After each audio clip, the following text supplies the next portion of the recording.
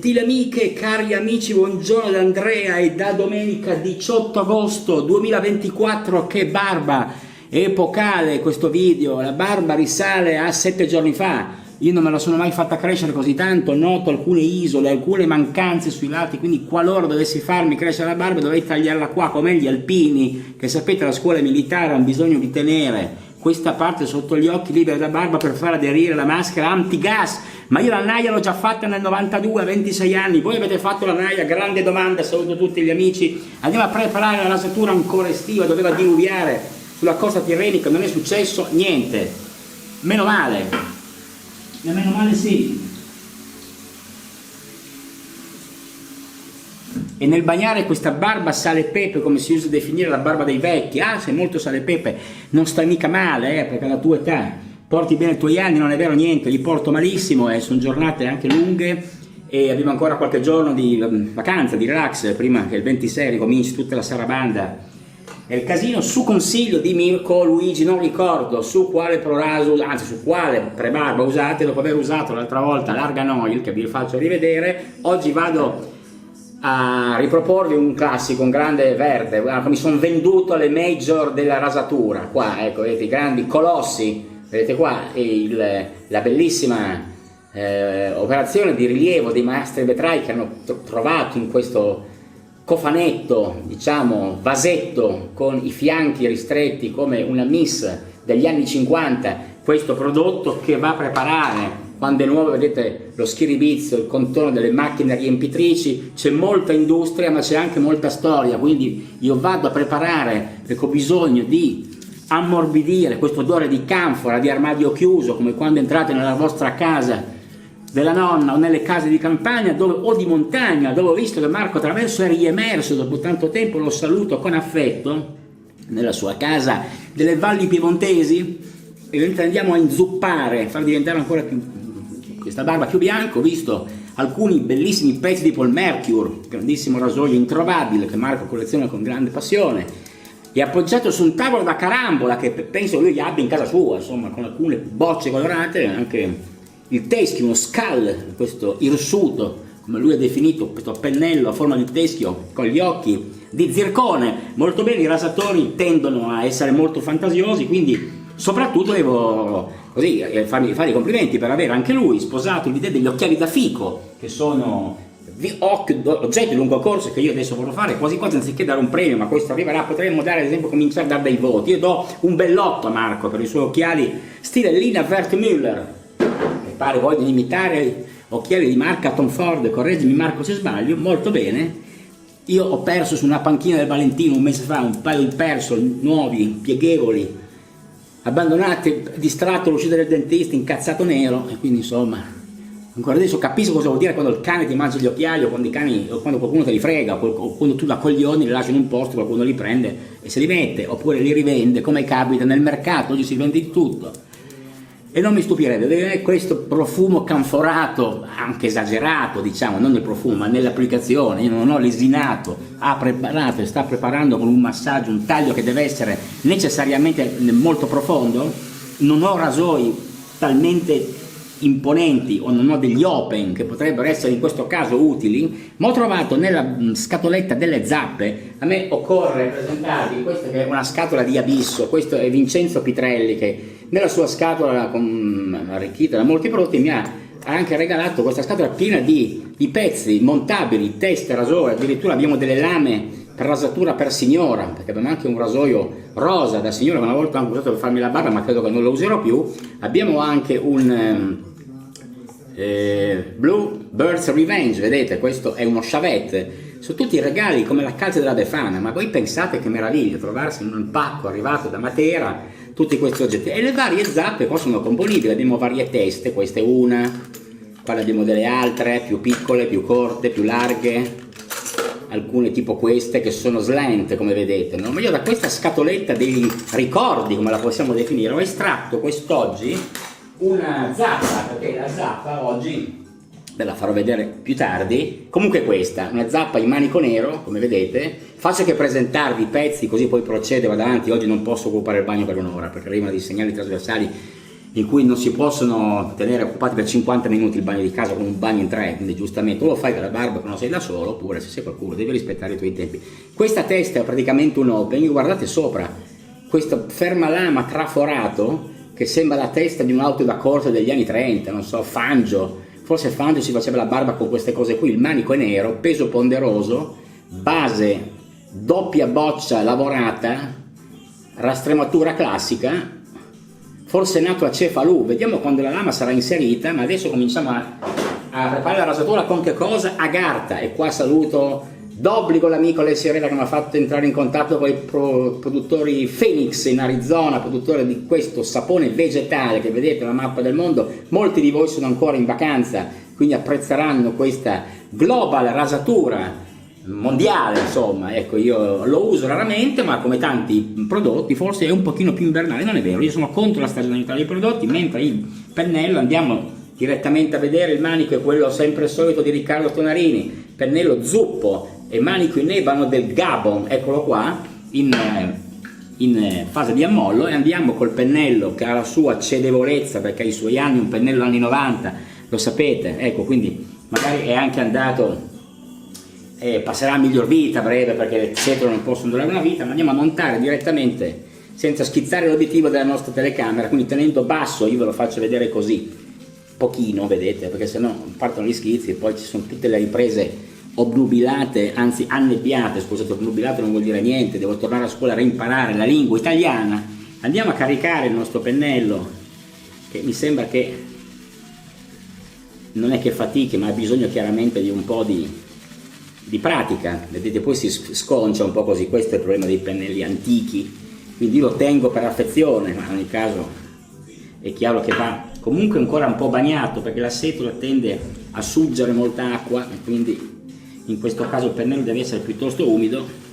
Voi come state? Insomma, sarete nel mezzo delle vostre vacanze, avete già sperimentato alcuni rientri, qualcuno è già tornato, qualcuno parte oggi, qualcuno è già arrivato ieri, qualcuno sta smontando la tenda, qualcuno è in grandi alberghi, ci sono foto da tutte le parti del mondo, crociere, Grecia, Argentario, Porto Santo Stefano e Porto Ercole rimaste senza luce per blackout, sono partiti i ricorsi. Io oggi non leggerò niente, come vedete ho solo messo negli obituari la morte di Alain Delon, grande attore, morto 88enne in Francia, doveva essere curato in Svizzera, per questo i figli litigarono, ma al di là di quello che è stato saluto un grande attore. Parole de flic, mi ricordo, bellissimo film, grande poliziotto che ha occupato in maniera meravigliosa, non in senso negativo, perché quando si parla di occupazione sempre in mente qualcosa di peggio, ma insomma gli schermi del cinema francese. Dopo Jean Gabin, Louis de Funès rimane per me uno dei più grandi attori, rimane vivente il mitico e burbero e sanguigno,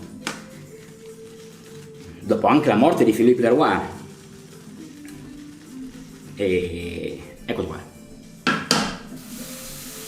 rimane Gérard Depardieu in vita, perché poi guardate, di quel mondo lì non è che sarà il nostro mondo. Andiamo a bagnare, allora vediamo come la nostra ProRaso ha lavorato in questi 2 minuti, 3 minuti con te.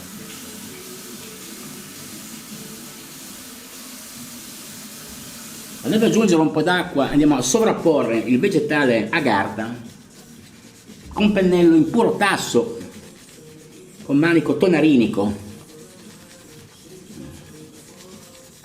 dito nel ciuffo, si spiattella come un porcino, vedete, sembra un fungo di quelli che si trovano molto nelle foto di questi giorni di camminatori, sono molto in voga le camminate, montagne prese d'assalto alla ricerca del fresco. Oggi fa un po' meno caldo, comunque il sole batte sui tegoli della casa davanti di questo piccolo basso fabbricato che mi fa da specchio, ahimè, e mi spara dal bagno delle temperature d'estate spesso e volte abbastanza insopportabili. Non c'è scritto niente, voi vedete, c'è un monoscopio, qua, no signal, c'è scritto, niente segnale. Questa è quella che si vedeva nei televisori quando finivano le trasmissioni, forse i più giovani non lo ricordano neanche, perché una volta la Rai, quando c'erano 1, 2 o 3 canali anche al terzo canale, dopo l'1 di notte, mezzanotte, dopo i saluti, c'era una sigla della Rai mitica fine degli anni 70, che terminava i programmi e poi si metteva un cinescopio e si aspettava che la mattina alle 7 ricominciassero i programmi televisivi. Oggi invece vanno a ruota libera i palinsesti televisivi, sparando tutta la notte del film inguardabili, oppure per cinefili, forse su Cine 34 si vede ancora qualche film dell'epoca.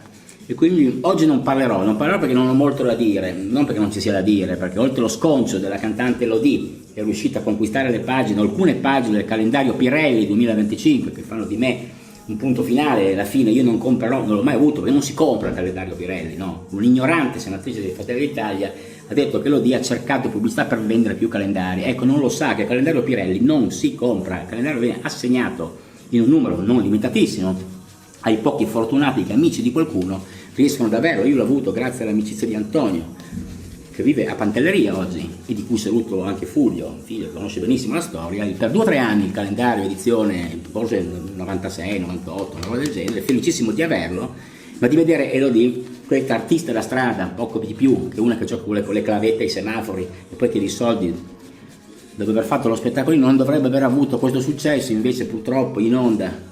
Molto bene Lagarde nel frattempo, in onda occupa abusivamente le pagine del più celebre calendario iconico che era presentato a Londra, immaginate. E oggi ci sta sopra la signora Elodie che arriva da Tor Pignatara, non so da dove arrivi, ma comunque, buon per lei. Bene, procediamo, non perdiamoci.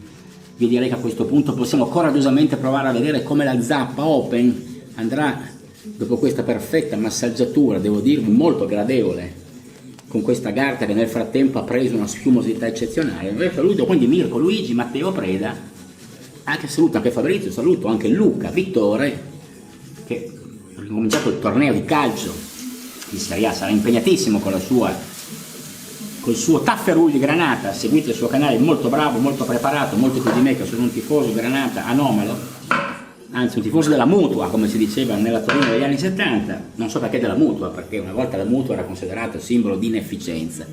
Allora, andiamo avanti. Quale sarà la meta? La meta sarà questa qua, eccola qua. Bolzano, Super Inox, non piacciono ad Alex, lo so, perché so che non sono le sue preferite, ma io le apro nuove, l'ultimo pacchetto, mi toccherà riassortirle. La bustina classica delle Bolzano, con cui oggi ci faremo la nostra rasatura domenicale, sono chiuse in una sola envelope, in una sola bustina, molto bella, io le trovo delle ottime lame, vabbè, va a gusti, come tutte le cose, meno male che siamo tutti diversi, se no pensa che noia. Eccolo qua, Bolzano Super Inox. Senza stare a dilungarci, vi faccio vedere in riflesso e vado a montare sul nostro zappone con manico nero gommato. Ecco, potrebbe essere di gran moda. A proposito di Pirelli non si è mai messa a gommare i manici dei rasoi, peccato, avrebbe avuto un gran successo. Saluto anche l'amico Maurizio di Cingomma, produce cinture ricavate dalle camere d'aria delle biciclette, quindi cingomma.it credo. Cingomma deriva da chewing gum, lui fa cingomma, fa borse, portafogli, accessori, molto bravo. Beh, l'esposizione, come vi ho promesso di avervi fatto vedere, non è da poco, io vi faccio vedere. Qua abbiamo giusto necessità di una roba che tagli, con questa testa aerata, forse perché produce talmente forza nel taglio che ha bisogno di essere raffreddata. Chiaramente è una fregnaccia, ma voi mi prenderete per quello che sono. Andiamo a staccare le basette per evitare che il taglio del barbiere venga mortificato da un taglio improprio del nostro rasoio. E buona rasatura con la zappa. Mamma mia questa, oh, sentite, si sente addirittura il taglio, fantastico. Andarci molto piano perché si sente, qua andiamo su un taglio profondo, sarà anche che il pelo lungo fa cantare molto di più il rasoio. La canzone, la radio, scusate, che oggi è in onda è Radio BCS di Chioggia. Ecco perché parlavano di sottomarino, la qualità di mare.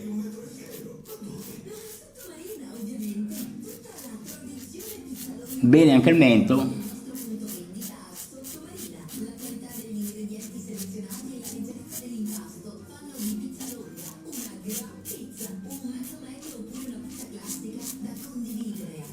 La pizza longa fanno, sottomarina, se volete prenotare potete andare a cercare. Pizza longa.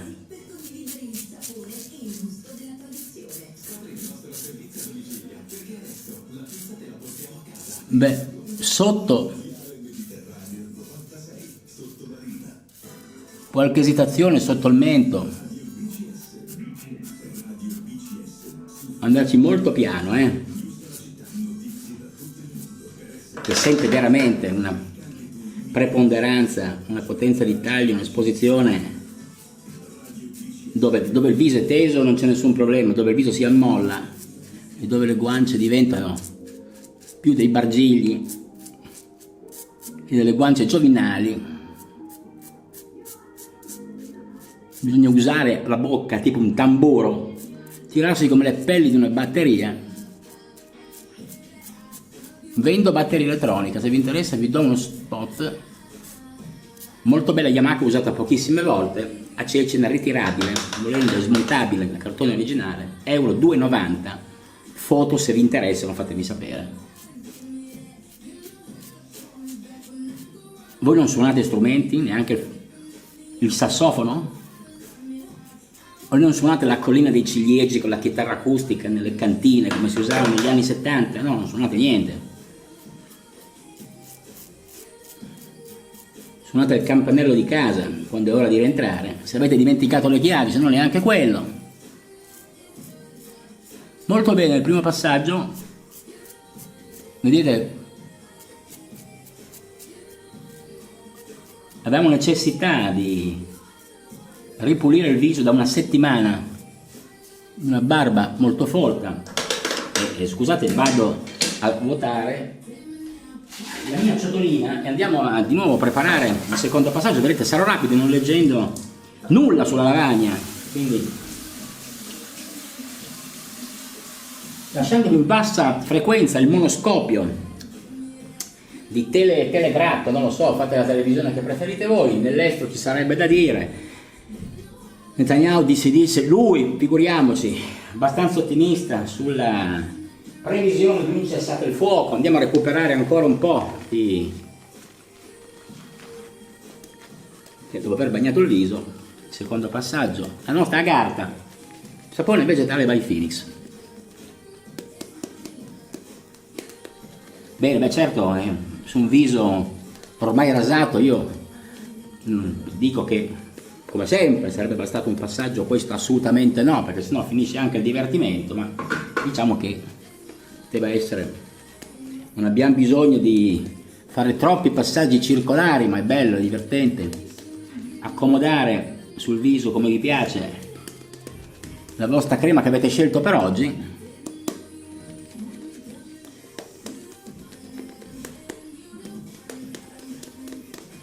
Io continuo a essere convinto che la rasatura va fatta non ogni 2 giorni, con ragione di sicurezza, perché ci deve essere una lunghezza che dia anche la soddisfazione di un bel taglio fatto con una lana fresca. Andiamo a fare il contropelo. Bene, beh, tutta un'altra scorrevolezza, molto bene la meccanica della crema.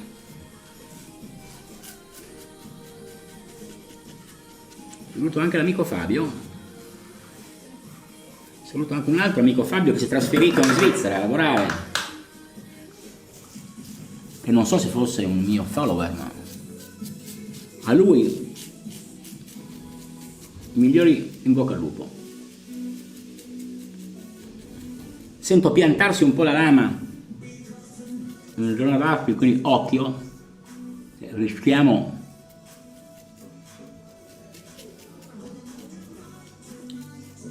la sento molto invasiva. È vero che il contropelo è una bella soddisfazione, ma va anche fatto con un po' di attenzione.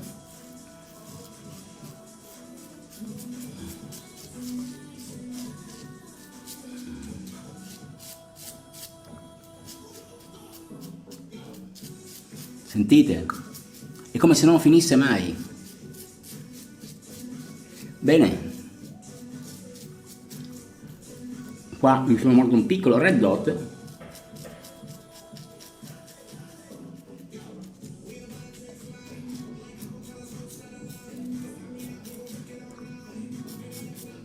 Bene, io lascio il terzo passaggio, la finitura, mentre naturalmente io, come il foglio di ieri, il foglio è stato in edicola tutti i giorni, tranne chiaramente il 16 agosto, in cui dopo Ferragosto le redazioni non hanno lavorato, vado a darvi una rapida scorsa, una rapida lettura, eccolo qua, questo è il foglio di ieri. Diamo la lettura dei quotidiani. Abbiamo Puglia Europea, sapete che non solo Giorgia Meloni ma anche Roberta Metsola sono entrambi in Valle d'Itria. La Valle d'Itria, la premier in masseria con l'assillo commissione. Dunque davanti all'ingresso, qua si parla della masseria, è stato avvistato perfino un calesse, ma filtrano poche indiscrezioni. Tra questo c'è quello di un incontro fra la premier Roberta Metsola, presidente riconfermata del Parlamento Europeo, anche con i voti di Fratelli d'Italia e dell'ECR, che è il gruppo di destra naturalmente al Parlamento Europeo, che sta trascorrendo qualche giorno in Valle d'Itria. Di cosa potrebbero parlare Giorgia e Roberta, tra le quali è nata fin dal primo momento a Bruxelles una certa intesa personale prima che politica, e questo andate a leggervelo nel pezzo all'interno a pagina 16. Renzi poco Bonino, ecco qua Emma Bonino, che aveva già litigato con Renzi, l'aveva preso sotto braccio alle europee nella lista Stati Uniti d'Europa per cercare di portare almeno un deputato in Parlamento Europeo, cosa che non è accaduta. Dice la radicale: Matteo va di nuovo col PD, bene, è proprio un signore coerente. Quindi questa classica battuta molto liberaleggiante della nostra Emma Bonino radicale contro la scelta ondivaga di Matteo Renzi. Qua abbiamo una Maccox di una Meloni, ma non voglio farvi vedere, lei in vacanza stravaccata su un tavolo, non vuole essere disturbata, la vedete molto poco sugli schermi, ma vale molto importante e interessante la pagina 2. Abbiamo l'allerta dell'OMS per il vaiolo delle scimmie, è necessario per tenersi pronti. Qua stanno minimizzando, tutto sotto controllo, hanno detto ieri sera nei sottopancia dei giornali della notte. Io non sono per niente convinto che tutto sia sotto controllo. Focolai, anzi paziente zero individuato in Svezia, se non ricordo male. La nuova variante si sta propagando velocemente, con il primo caso extracontinentale già identificato per l'appunto in Svezia. Trattandosi di un virus capace di dare una patologia severa e dalla letalità potenzialmente elevata, l'OMS ha suonato l'allarme a ragion veduta, ma qua tutti se ne fottono perché tanto sono in vacanza e dicono non è possibile che arrivi un'altra merda dopo il Covid, dopo la guerra in Ucraina, dopo l'assalto ai villaggi nel nord della striscia da parte di Hamas, e quindi invece no, succederà anche questo. Quindi preparatevi, mentre Camillo Langone con la sua preghiera, con le mani giunte davanti a un fiaschetto di vino, molto bella l'icona, ve la presento, non perdetevi i pezzi di Camillo Langone, grande liberale, dove dice: non ho tempo di pulirli. State bene a sentire. La cliente della fruttivendola dice che non ha tempo di pulire i fagiolini. Io la guardo, è perfettamente abbronzata e fuma la sigaretta elettronica, e l'immagine della signora poco facente, mentre per pulire, io direi spuntare i fagiolini, bastano 5 minuti. Lui dice: lo faccio perfino io, che pure sono impegnatissimo a distillare il mondo in queste righe, cioè anche lui si pulisce i fagiolini. Il nostro Camillo Langone. La signora poco facente pretendeva che a spuntare i fagiolini fosse la fruttivendola, una donna che credo lavori 12 ore al giorno, 6 giorni su 7, perennemente trafelata. Come dice Mariano Bella di Confcommercio, è la tendenza a ridurre l'autoproduzione, che non ho capito che cosa voglia dire, quindi non capisco, sarò io che sono non comprendo quello che leggo, insomma. Dunque, perfino in questo sud di disoccupati e pensionati le gastronomie sono affollate, tutti spendono in piatti pronti zuppi di olio e sale. Non vogliono più cucinare, dunque non sanno più cucinare i miei connazionali, i netti che si meritano l'ipertensione e la pizza nel cartone. Così come hanno delocalizzato l'industria delegandola all'Asia, gli italiani stanno delocalizzando la preparazione del cibo, delegandola a mercenari spesso stranieri. Un popolo che non produce più, che non si riproduce più, e c'è un nesso pertanto, giustamente al capolinea della storia. Non ci posso fare nulla, posso soltanto pregare per me. Dio mi salvi dalla tentazione dei fagiolini già spuntati. Questa è la preoccupazione di ieri, di Camillo Langone, di l'altro ieri, perché aveva scritto la notte prima. Comunque, piccola posta, Adriano Sofri, grande amico, stimatissimo da Claudio Martelli, di cui ho letto, finito recentemente un suo libro, sopravvissuti solo su qualche giornale, con una ferrea graduatoria di rango sociale e riconoscimenti degli eredi e concorrenti. I necrologi si sono trasferiti nei social, o almeno su Facebook, è vero, non si vedono più i necrologi tolto sulla stampa, qualcosa a Repubblica, ma nessuno gli fa dire che costa fare i necrologi, per carità, muore un parente, è morto, pazienza, dico essere contenti, ma anche spendere i soldi per un necrologio ci mancherebbe. Dice che Facebook è infatti il più appropriato agli anziani, l'unico che anch'io guardo non abbastanza assiduamente. Io sono invece un vecchio, meno di Sofri, avrò almeno 15 anni di meno, 10, 15 almeno, ma guardo Facebook come tutti i vecchi.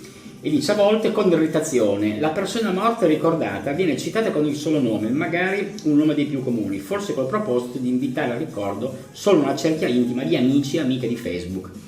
La sequela di rip e cuori e frasette sentite di circostanze interrotta bruscamente dalle domande. Chi era? Antonio chi? Perché si chiedono chi è questo morto per cui tu fai vedere su Facebook l'epitafio e una foto. Quindi esiste una breve lista delle mie occorrenze ricca di auguri per il compleanno di un amico, sul serio, e sono capitato sul necrologio col titolo Il tale per il tal'altro e sotto la fotografia di 3 uomini allegri, giovani, evidentemente amici, ed era impossibile capire quale dei 3 fosse il commemorato, perché mettono le foto di uno che è morto, ma se non dici chi è di quelli che metti in foto, chiaramente anche Sofia, che è una persona intelligente, non arriva a capirlo. Se vi interessa. Molto interessante Maria Monti di Ester con Ester, qua racconti i vari tipi di turisti, non vi leggo, ma molto interessante la spalla, vedete? Qua, con chi vi trovate in vacanza l'altra volta era la settimana dei diportisti, quello che va a vela, quello preciso, quello che se non ti togliete le scarpe, illuminate il tag della barca, va fuori di testa, insomma. Oggi invece parla di logotipi, di turisti e dice Elodie in mutande politiche come sempre, ma va pure detto che mutande sono tutte per dettami contemporanei di immagine popolare che si vende meglio, appunto quello che ho detto anch'io, sono tutti in mutande, da Annalisa, da Angelina Mango a Anna Pepe. Perché per Elodie si è deciso per l'altro paio di maniche? Perché Elodie evidentemente ha bisogno di pubblicità, dico io. Per favore lasciateci in pace a togliere i semi del melone, dice, non ne rompete le palle, dobbiamo da fare dei pranzi freschi, dobbiamo lavorare in cucina per l'appunto, oltre che montare i fagiolini, dobbiamo anche tagliare le fette del melone. Quindi abbiamo 6 tipi, scusate, di vacanziere. Abbiamo non ve li leggo, il camminatore furioso, l'insoddisfatto, il vecchio in discoteca, la vittima del narcisista e il VIP scaduto, che va a baccagliare in giro nei ristoranti. Quindi se volete agganciare qualcuno di questi soggetti potete provarci. Il paese dei 3 ori, qua si parla del Ferragosto a Roncadelle, non vi leggerò 3 ori nati nel paesino dove Michele Masneri è andato a ispezionare il centro commerciale, ma non è certo di questo di cui vi voglio parlare. Profumo di Obama, abbiamo Kamala Harris con Obama che dice io e Michelle ti abbiamo chiamata per dirti che non potremo essere più forti di darti il nostro supporto. Questa è una foto della Press, agenzia di stampa francese, quindi appoggio incondizionato degli ex democratici alla Casa Bianca, Michelle e Barack Obama, avanti sorelle, l'Italia è tutto un festival. Qua vedete delle femministe nel 77, la cosa è mia, la gestisco io, com'è che diceva? Non me lo ricordo più, comunque io avevo 11 anni quando ero un bambino piccolo. La neve che uccide, per gli appassionati, arriva su Netflix l'Eternauta, imperdibile personaggio nonché testata fumettistica degli anni 80 che ebbe un successo enorme, grandi disegnatori di origine argentina, e quindi su Netflix nel 2025 arriveranno 6 puntate relative appunto alla neve che uccide. Questo sarà segnalate, save the date, cercate su Netflix, o perlomeno ricordatevi che fra meno di 6 mesi arriverà una serie interessante. Baby gang, ragazzi assassini, come punirli, come salvarli. Questi sono i besprizorni sovietici, che sono i giovani, qua vedete un'immagine degli anni 20 che erano diventati vittime della miseria, perché si parla di come i giovani hanno monopolizzato le pagine del giornale. Avete visto in Inghilterra il problema di Keir Starmer, neoeletto primo ministro laburista, dove parla del 17enne che ha coltellato a morte 3 bambini in una scuola di danza a Southport. Il giudice ha accettato che se ne pubblicasse il nome, cosa che qua, essendo un minorenne, non se ne sarebbe dovuto parlare. Invece la rivolta violenta è andata avanti per settimane, e a Liverpool, a Londra e in altre città, incitate dai social da formazioni xenofobe di estrema destra, alcune dichiaratamente fasciste, organizzata con spostamenti in auto, bus e treno. Altra scena poi a Pescara, il 16enne che viene accoltellato, lo ricordate, un ragazzino difficile, figlio di madre colombiana e padre italiano, che è stato abbandonato dai genitori e cresciuto dalla nonna. Uno di questi assassini, coltellatori, figlio di un'avvocata, un altro, il figlio di un ufficiale dei carabinieri, gli hanno assestato 20 coltellate, gli hanno anche spento una sigaretta in faccia e coperto di sputi mentre era agonizzante. L'hanno ucciso per una mancanza, tra virgolette, di rispetto, che era un debito di 200 euro. Questo è, guardate, baby gang, queste sono le città. Noi abbiamo Milano che sta crescendo molto bene in questo senso, in senso ironico chiaramente, quindi molto male, dove la violenza dilaga, e quindi abbiamo ancora un istante per ricordare il caso di 2 ragazzini tredicenni che avevano attirato un compagno di scuola in una serra in cui avevano scavato una buca, l'avevano ucciso e sepolto, e ha prodotto oltre 1 miliardo di click. E si dice che il paradosso è che la Cina, dove è accaduto questo argomento, che è molto così severa sul punire anche con la pena di morte delinquenti e dissidenti, supera in clemenza l'Occidente in fatto di severità nel giudicare e nel punire i minori. E andiamo a riprendere allora il terzo passaggio, perché abbiamo già letto quasi metà del foglio, quindi ci siamo portati avanti in un, diciamo, spazio temporale accettabile. Ecco. Andiamo a bagnare, 2 passaggi hanno già praticamente messo nuovo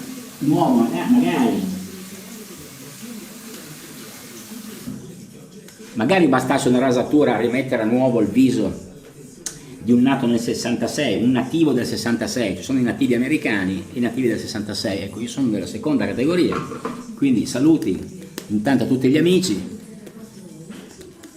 le mie giornate trascorrono nella lettura, in rare rasature come avete visto, quindi mi dedico a guardare qualche video, qualche messaggio, saluto gli amici di Shavinglandia che ospitano i miei video, saluto tutti coloro che con grande affetto ospitano le mie puntate domenicali, come sapete non mi sono mai fermato, non come i palinsesti televisivi, come vi ho detto, che si fermano a metà luglio e cominciano a propinare per un mese e mezzo tutta roba vecchia già vista, Radio che te si sale su Rai 1 perché musica interessante, l'altra sera Michele Pecora, Umberto Balsamo, ieri Umberto Tozzi, tu stiamo qui, stiamo là, c'è l'amore a cena tu, dimmi sì se ti va, era 78, Umberto Tozzi aveva 26 anni credo, voi ve lo immaginate, ha lasciato la carriera non più tardi di 7 mesi fa dopo 50 anni di carriera, quindi capite un successo planetario per la musica italiana, questo in barba a questo pattume musicale che porta in testa il nome di Geolier, io parto dal suo di esempio per andare ad altri rapper,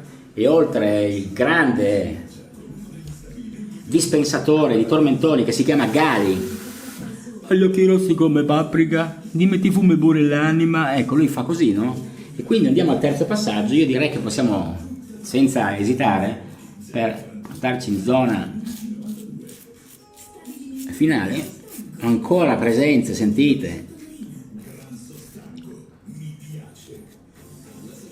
ancora barba presente e con la nostra zappa andiamo a fare l'obliquo.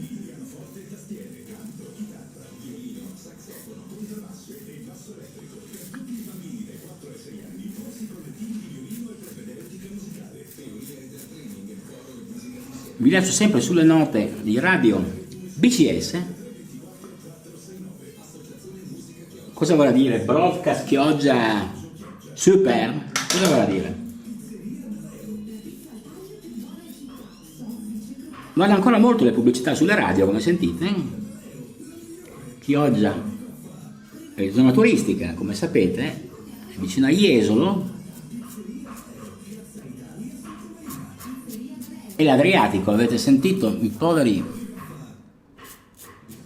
operatori turistici dell'Adriatico sono preoccupati per la mucillaggine, ho visto delle immagini terribili di un mare che sembra questa roba qui, vi faccio dall'interno della mia ciotola, ecco, dove io sciacquo il rasoio, sembra il mare Adriatico, stanno puntando, sperando su settembre che riesca a recuperare un po' perché effettivamente fa un po' schifo, voglio fare il bagno nella schiuma ma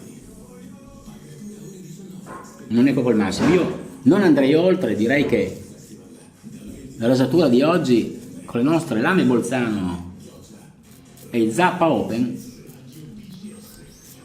si può considerare conclusa. Andiamo a sciacquare abbondantemente con acqua che non è ancora tornata fresca.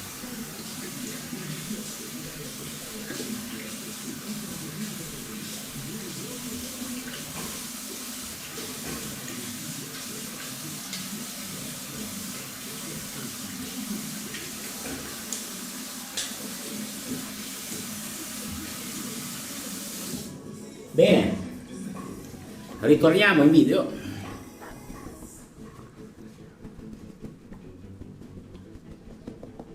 Bene, tamponiamo con il nostro asciugamano, il viso è stato completamente ripulito, diciamo che vi posso mostrare per quello che vi serve.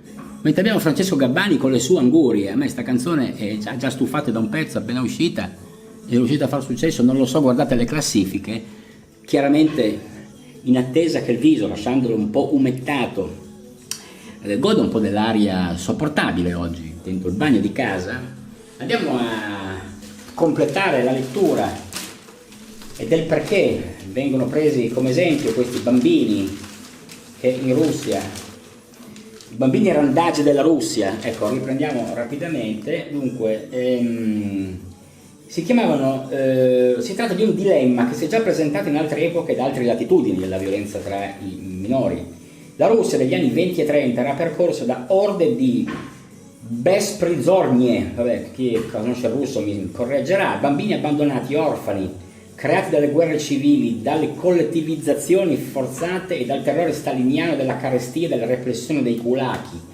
Bambini senza tetto è la traduzione dell'espressione russa, campavano di espedienti, furti, rapine, promiscuità, accattonaggio, si cibavano di rifiuti e in qualche caso anche di carne umana, bevevano miscugli alcolici micidiali, per tirarsi su sniffavano colle o anche cocaina, quindi non si doveva prendere, ma insomma, evidentemente c'era già negli anni 20, erano organizzati in bande, erano feroci, crudeli e si ammazzavano tra di loro, cosa che spesso per gli inquirenti è una buona notizia. Questo vale anche per i nostri problemi di criminalità mafiosa, e quando si ammazzano tra di loro è la soluzione migliore. La gente non ne poteva più, ne avevano paura, era diventata una psicosi di massa. E a Mosca i ragazzi di strada ci sono ancora. Vi lascio con questo interrogativo: se avete dei figli che girano in città sovrappopolate e vivono in grandi megalopoli, fate attenzione, perché potrebbe essere un'occasione per tenerli d'occhio una volta di più. L'ecologia bugiarda del Garda. Qui abbiamo Camilla Baresani che ci fa un bellissimo reportage sul lago di Garda, che sapete tocca 2 regioni, tocca il Trentino e tocca il Veneto. Si parla delle diverse sponde, la sponda veronese, la sponda bresciana e la sponda trentina. Io non mi dilungherò, dice i giornali ne parlano poco di questa zona. In ogni caso, con 25 milioni di presenze del 2023, il Garda supera per turismo la Puglia, la Campania e la Sicilia, ma non ne fanno pubblicità. Sul Garda, tanto per fare un paragone disarmante, pare che abbiano passato qualche weekend di letta Leotta con Loris Karius, e sono lontani i tempi in cui il munifico Silvio Berlusconi spediva i suoi collaboratori a dimagrire a Gardone Riviera, a Villa Paradiso. Ricorderete la fotografia in tuta bianca, un balconcino della Maison du Relax assieme al datore di lavoro di Giovanni Toti. Toti è nel tempo, peraltro, dice la Baresani, diventato ancora più pingue, probabilmente ormai rassegnato a un destino non snello, e c'è da crederle. Questi soggiorni sciogli-pancia quasi mai sono durevoli. Quindi si parla dello zoccolo duro dei tedeschi. Chiaramente i tedeschi sono i primi frequentatori, vi rimetto la pagina, qua abbiamo un'altra immagine, qua non voglio farvi distrarvi, questo non è Corrado Guzzanti travestito, questo volete sapere chi è? È Else Lacker Schröel, nata in Westfalia nel 1968 e morta a Gerusalemme nel 1943, impossibilitata a tornare nella Germania nazista. Ecco, se vi interessa, mentre sbandieravo il foglio. Ma torniamo sul Garda con le nostre vele, le nostre barchette. Sulla sponda veneta e lombarda si fanno vacanze classiche: il gommone, il motoscafo, la moto d'acqua, il pedalò, le gite in giornata a Brescia, Milano, Verona e Venezia, oppure il Vittoriale a Gardone, dove sapete è direttore Giordano Bruno Guerri. E poi le mangiate, le bevute, lo shopping, la vita notturna. Invece sulla sponda veronese c'è la fenomenale attrattiva di Gardaland, generatrice di colossali ingorghi, incubo trappola in cui prima o poi finiscono tutti i genitori oppure le coppie di adulti bambinoni. Infine la porzione più piccola, la punta a nord, una strettoia colma di vento, il Garda Trentino, che forse è il più interessante da quanto lo descrivono, zona detta anche la Buca, che è celebre per essere un enclave sportivo, una specie di stadio in cui gli appassionati della vela si affannano da mane a sera, scivolando e svolazzando sugli generi di tavola o barchino, banco di prova di ogni innovazione di materiali e di forme. Molto sportivo questo articolo. La Torbole, in particolare, è una specie di Santa Croce italiana, dove una gioventù dei muscoli scolpiti moderatamente tatuata, accompagnata da bambini prodigio, già acrobatici sin dai primi anni di età, si aggira per il paese, e nelle ore convenute, quelle del vento Peler al mattino presto, del vento Ora, questi sono anche i nomi dei venti, quindi prendete nota, voi appassionati nel primo pomeriggio, presto, si butta in acqua e pittura il blu del lago col colore di centinaia di piccole vele o ali con spettacolari salti e acrobazie permesse dal foil. Commentante da dagli spettatori, molto bene. Il Duotone Pro Center di Torbole è una delle più esclusive scuole mondiali di windsurf. Se vi interessa, scrivete ai vostri figli dopo la scuola velica, il centro velico di Caprera, dove i rampolli delle migliori famiglie della borghesia, non solo torinese, andavano a far passare i figli delle giornate terrificanti, 15 giorni, svegli alle 6, tutti in barca, tirarsi in culo in barca a vela, potete mandarli a Torvole, al Duo Center Surf, e vediamo se magari sono un po' più teneri, magari sono anche le rette un pochino meno onerose, ma qua abbiamo la fine del lungo, la puntata numero 6. Questa è l'ultimo affresco, l'ultima parte della figura monumentale di Lino Iannuzzi, scomparso l'altra settimana. Questo è sempre il pezzo di Mattia Feltri riproposto, questo è un pezzo che scrisse a più puntate per il Foglio quando compì 70 anni. Iannuzzi è morto nel 96, quindi insomma è un articolo un po' datato, ma sempre interessante, oltre il caso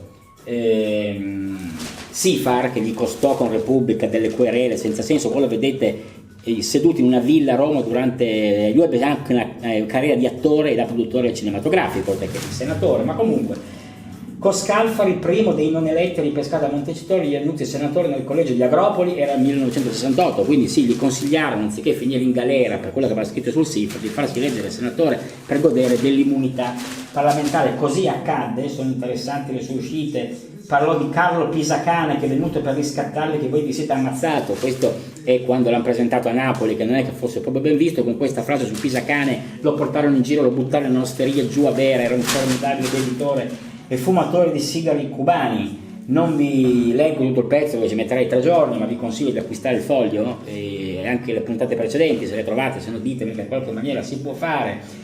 Appunto divenne sceneggiatore per il cinema e i successi con Franco Rosi, attore regista napoletano molto conosciuto, e il film sulla vita di Lucky Luciano. Poi lo vedete con Leonardo Sciascia, il Pannella che venne sdoganato grazie a Nilde Iotti, che così con Pannella lui ce l'aveva abbastanza, gli aveva rovinato tutta la sua gioventù goliardica. Poi fecero pace grazie alla Iotti portata al ristorante dagli Iannuzzi e la fece bere ben di più di quello che avrebbe dovuto, quindi cercò di riavvicinarli. Sempre a chi interessasse la vicinanza tra Pannella e Lino Iannuzzi, che sicuramente non è nei vostri così pensieri di oggi, io penso, e un po' me lo auguro. Comunque dice che Lino partecipò anche alla al congresso spagnolo del Partito Socialista clandestino. Questo è interessante, perché lui partecipò, dopo aver passato tutte le feste di San Firmin, in parte non solo con Heming, magari le fate poi tutte finché state vivo a Pamplona, dove si corre quella corsa dei tori terribile in un pomeriggio di luglio. Lui aveva partecipato da buon repubblicano antifascista alla guerra di Spagna, era andato a fare la sua parte, e anche in questo congresso, quando si parla di un congresso del Partito Socialista clandestino, andò con Mancini, Nenni e Sciascia. Nenni e Mancini erano i 2 socialisti chiaramente storici del partito, e parlò a lungo con Felipe González. In realtà Lino si stava staccando dai socialisti, nonostante l'amicizia con Mancini, che fu segretario del PSI per molti anni negli anni 70. Questo per la cronaca. Era cominciata in un certo senso 20 anni prima questo distacco tra Lino e Mancini. Lino aveva interrotto per scommesse i lavori di un congresso, si era spacciato, sentitelo, per un delegato di Ho Chi Minh in quei giorni in visita a Parigi, del quale doveva portare il saluto. Lino aveva parlato pochi minuti in un italiano stentato e se ne stava andando fra 2 ali di folla applaudente, quando venne riconosciuto da Francesco De Martino, docente all'Università di Napoli, e disse: mannaggia, ma Ghillo non c'entrano un cazzo con Ho Chi Minh, chi è Iannuzzi? Lino ebbe appena il tempo di tagliare la corda, quindi questo era anche Lino Iannuzzi.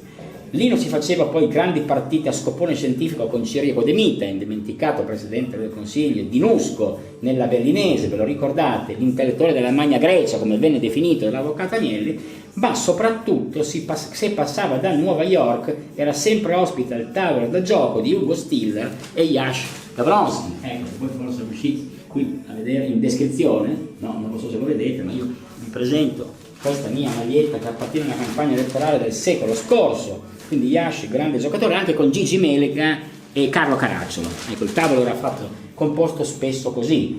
Comunque la parte più importante è l'amicizia con Radio Radicale, ne fu direttore. Nel 1979 Lino Iannuzzi andò a dirigere Radio Radicale, sino ad allora strumento di semplice propaganda e raramente l'informazione. Lino ne fece quel che è oggi la Radio Radicale. Intanto si inventò la rassegna stampa, che è meravigliosa, chi non la ricorda, chi non lo ascolta, Stampa e Regime, va ascoltata tutte le mattine, ma insomma se la inventò lui.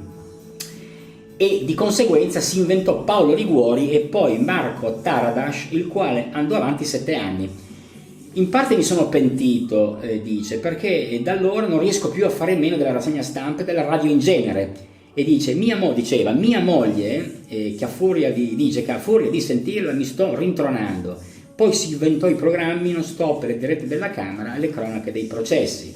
E quando le Brigate Rosse sequestrarono il giudice Giovanni D'Urso, Lino organizzò una serie di trasmissioni, trattadiviste, al termine delle quali intervenne Sciascia, che si rivolse alle BR invitandole a ripensare per bene a quello che stavano facendo, perché a suo parere andava contro il loro interesse di terroristi. Voi immaginate una dichiarazione così fatta alla radio, che pandemonio suscitò. A Pannella per questo, per quanto contrario alla linea dura, gli prese un colpo. I comunisti si indignarono, Bettino Craxi insorse, i giornali scrissero paginate, però alla fine D'Urso venne liberato.